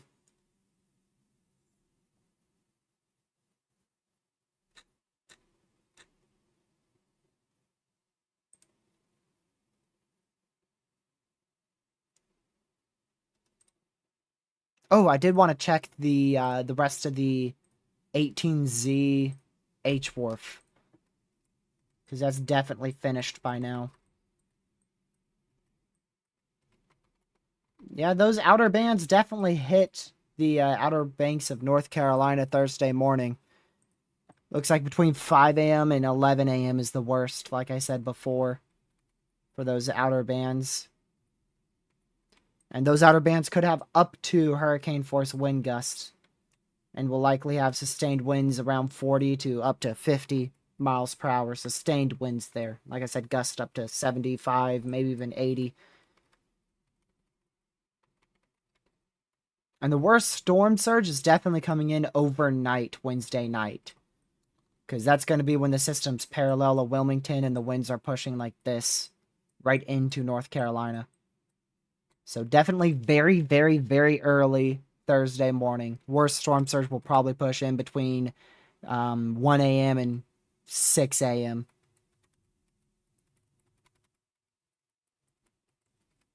And that will probably be the worst for your waves, too. And your waves are going to continue all day on Thursday, though. And then Friday, we'll still have some impacts on Friday for North Carolina, but most of this stuff will be out of here Thursday evening into Thursday night. And then, of course, those waves are going to start pushing along up towards New York, up towards Massachusetts, and then as we go into Saturday, push up into the Gulf of Maine and Nova Scotia. And then Sunday, could get some waves back up there in Newfoundland as well, as this turns into a completely extratropical system. See, dry air punches in behind it. It becomes more of like a frontal system almost. And then it becomes a cold core as opposed to a warm core system. which means it's not going to be able to sustain itself very well, and overall it's just going to fall apart quite quickly. Now, it is likely going to go on to bring some impacts up towards the UK. I'm sure it's going to bring some impacts up there for the UK, because typically these systems end up going just like this, and they follow the jet stream.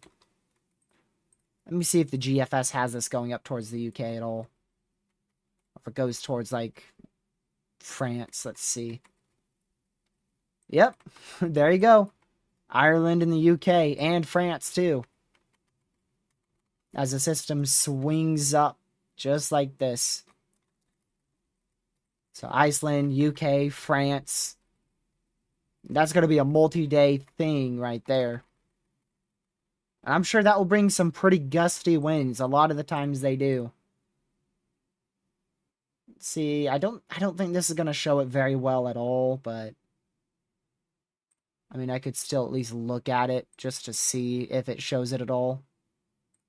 Here's the Euro model. And the Euro model has 10-meter wind speeds. Just to see if it shows any wind impacts up here, just out of curiosity. That is not wind speeds. There you go. Now, so right here, this is when it becomes extra tropical at that point. But you can see, yep, it definitely carries a good batch of wind right into Ireland and the UK. Nothing too crazy. Nothing too crazy. That core really weakens as it swings up, kind of like an occlusion process right there. Now, if the main low pressure does swing in like that, if it does go up and around and swings in towards France and Ireland, that would bring some more gusty winds. But if it's just that kind of like outer band, that front, that wouldn't bring as bad of impacts. But it would definitely be more widespread. Definitely very widespread there. Back towards the coastline of the U.S., you can see those wind gusts probably going to approach as high as hurricane force wind gusts there. I know there is it Zoom Earth that shows it? That's what I've been using recently. Gives you a pretty good idea of the wind gust. Let's see what that model has. Yeah, so looks like the worst wind gust on this particular model run is definitely starting at about midnight Thursday morning and lasts all the way until about 11 p.m. Thursday night. So really all day Thursday. And yeah, that gets it up to about 60, 65 mile-an-hour wind gust on a simulated model run. With sustained wind speeds of about 40 miles per hour. And that's tropical storm force. Another thing is those wind gusts all along the Delaware coastline, all the way even up into southern New Jersey. Those could approach 35, 40 mile-an-hour wind gusts there.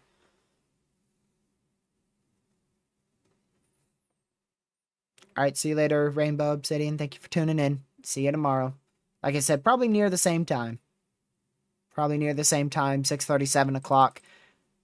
If we don't have recon at about 6:30, I'm going to go live at 7. Today and yesterday we had a recon at 6:30, so I went live early.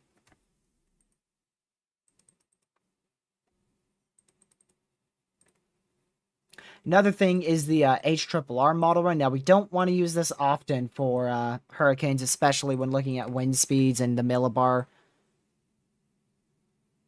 But just to kind of show you here, I'm interested how broken this is. It's very reasonable. These are 10-meter wind speeds, so just above the surface. That's about 40 mile-an-hour wind speeds there. About 45, 50, so they're going to be a bit less towards the surface. Just curious to see if the outer bands hit.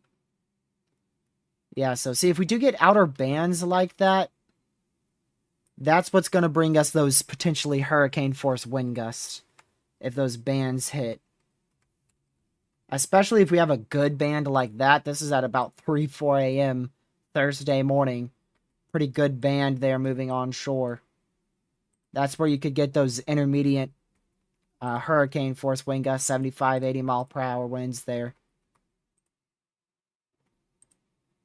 This is your 10-meter wind gust. I wonder what this has. Just, again, out of curiosity. Gracious day.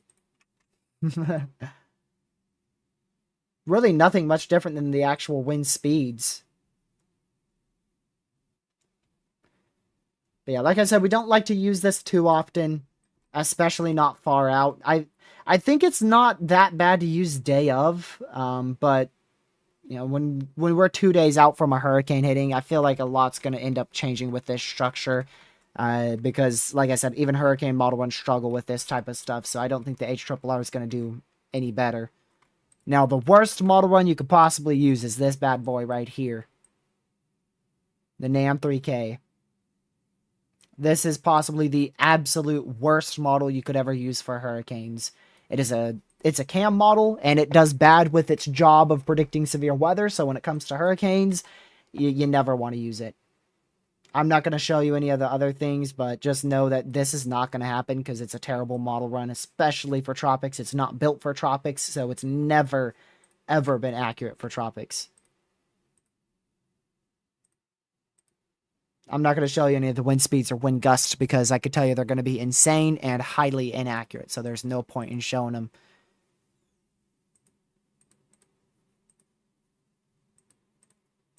I mean, like I said, the HRRR can be a little bit accurate with tropical systems, but it's not as good as our hurricane models.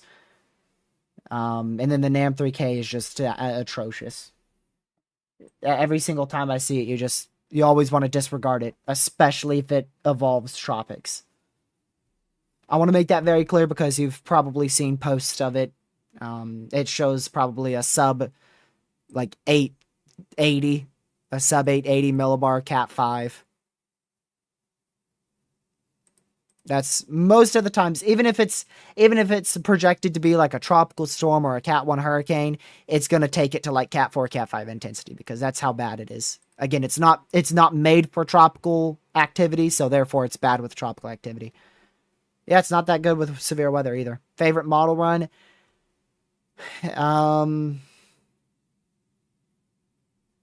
You know, it's a little bit of a surprise. Obviously, the HRRR is number one. I love the HRRR. That's not a surprise. But a very close second for severe weather is the normal NAM. I'm actually not a big hater of the normal NAM. Now, when we talk NAM 3K, yes. But 12K NAM, I'm not a big hater of that. I don't hate that, and I think it's a bit more accurate than people give it credit for. But yeah, I like the Euro as well. But most of the time, it's HRRR is always my go-to. And then if we're talking mid-range, the normal NAM, not the NAM 3K. Talking long range, yeah, the Euro. And Tropics, Euro AI. I like the Euro AI too for Tropics. So it depends on the scenario. Depends on the scenario. And I can say quite confidently I've been experimenting with the wrap model, and I don't like the wrap model.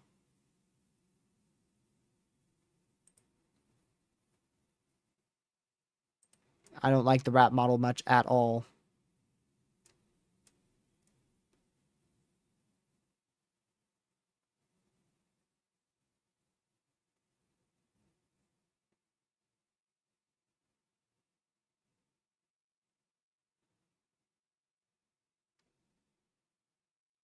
Okay. NAM 3K is not mid. It's garbage. It's not mid. It's trash. Mid is like the wrap and the NAM 12K. And the GFS. That's mid. Those are mid models. They're not good, but they're not bad. NAM 3K is just bad. It really doesn't matter what regard it is, whether it be snow, hurricanes, or severe storms. I don't like it at all. Like I said, the normal NAM is mid. It's not as bad as the NAM 3K, but yeah, I'm not going to use that for tropical model still. It ain't a tropical model. There's a reason why we have hurricane models, because hurricane models are made to You know, they're made for hurricanes. They're more accurate and built for tropical activity. But yeah, we're about to wrap it up. If you guys are just now tuning in and you need a tropical update, go to the first 30 minutes of this live stream. The only thing that's changed in that time frame is the NHC upped the millibar of this system by 1. It went from a 958 millibar category 2 to a 959 millibar category 2. Same wind speed, same direction, same miles per hour. So the only thing that changed between the first 30 minutes of the stream and now is that 1 millibar increase, meaning not much at all. Not much at all. So, yeah, Weather Nerds is awesome. And I do like Windy as well. But yeah, that's going to be it for this stream. If you haven't already, make sure you subscribe to the channel with the notification bell set to all, because I'll be live again tomorrow. Like I said, probably close to 6:30, 7 o'clock Eastern time. And make sure you hit the like button on your way out. Share the channel with your family and friends, social media. It's really, really appreciated. Just a quick 2-hour update here. Like I said, not really wanting to stay here for Recon, because Recon I don't expect to find anything groundbreaking or crazy or higher than what we have for the NHC forecast. And wind shear is just going to continue to take a beating on this system. You can see it's gotten even worse. Look how far that wind shear is starting to go in onto this the east side now. So I don't even know if this thing's going to be a category 2 when I wake up tomorrow. I wouldn't be shocked if it is a high-end cat 1 when I wake up. The only thing that I think could change that is if this convection really starts to help block out that wind shear. So we're going to head to the ending screen. Pretty fast 2-hour live stream right there. Yeah, I kind of been used to the 5-hour to 6-hour coverage on these little updates, but we're going to start shifting back to the 1 to 2 hour briefings, except for probably like maybe tomorrow night or Thursday. We'll just see if we can do a bit longer coverage talking about the system as it begins to impact North Carolina a little bit more. So thank you, mods, for modding chat. Thank you, everybody, for being here. Again, once the music starts, you have about 3 minutes. That's just to give people enough time to say goodbye, me to do all the outro stuff, because I edit the title, I edit I chat in the chat real quick, and I edit a few other things, so it gives me time to end the stream too. So thank you guys once again for tuning in, and I will catch you guys in tomorrow's live stream about 6:30, 7 p.m. Eastern time. It just depends. It might be closer to 7. We'll see. So again, appreciate you for tuning in. Stay safe, watch severe weather, and watch the tropics. And if you're told to evacuate, make sure you evacuate. And pretty much all those evacuation orders are for the Outer Banks of North Carolina. So once more, stay safe, watch severe weather, stay hyper weather aware, watch the tropics. Have a great rest of your night. Goodbye.